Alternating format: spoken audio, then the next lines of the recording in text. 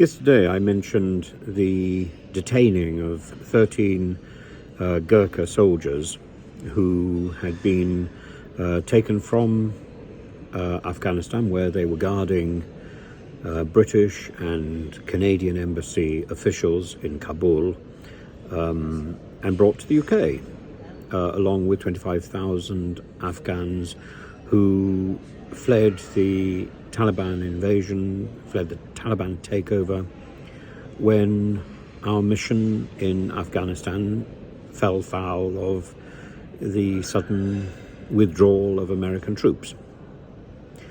And of course, when our mission fell foul of the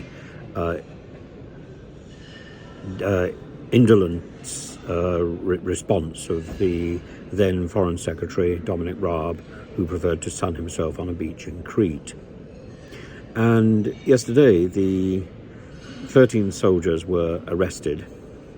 10 of them had been working in a charity kitchen preparing meals for Afghan refugees. They were led off in handcuffs and detained at Heathrow to be deported. So much for a life of service, so much for loyalty to the Crown. They'd been living in a hotel since the Taliban takeover in 2021. So again, demonstrating the inadequacy of the Home Office in the process of going through the asylum applications.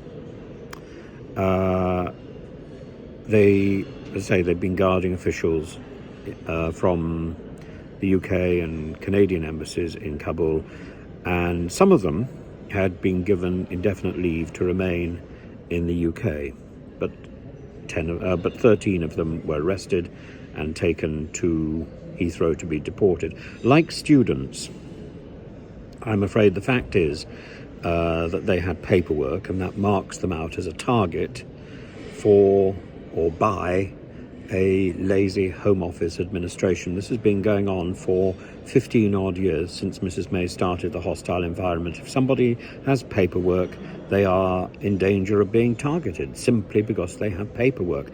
Jamie Bell of Duncan Lewis Solicitors said that he welcomes the pause. So these Gurkhas have now, I think, been released, or at least their deportation has been paused.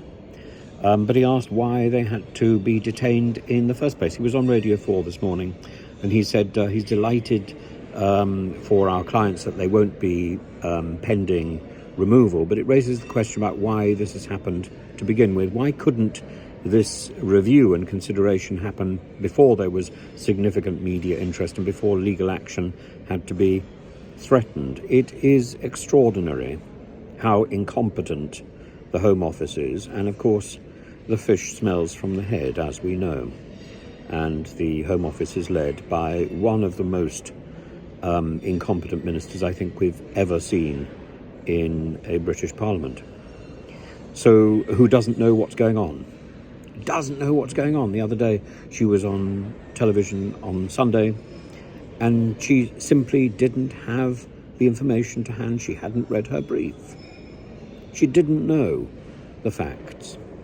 And Laura Newsberg was able to put her right about Rwanda and about the Rwandan human rights record, particularly with the abuse and the shooting of refugees who were housed in Rwanda from the Democratic Republic of Congo.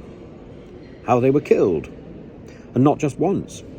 Laura Newsberg didn't give all the details, didn't give all the facts. Maybe she didn't have them either. I suggested neither of those people, neither the interviewer nor the interviewee, had really done their homework, because all that information is immediately available. I don't understand the laziness which seems to be going on at the top at the moment. We need to change the way we do business, and we need to be a little kinder and a little bit more effective in the good we do.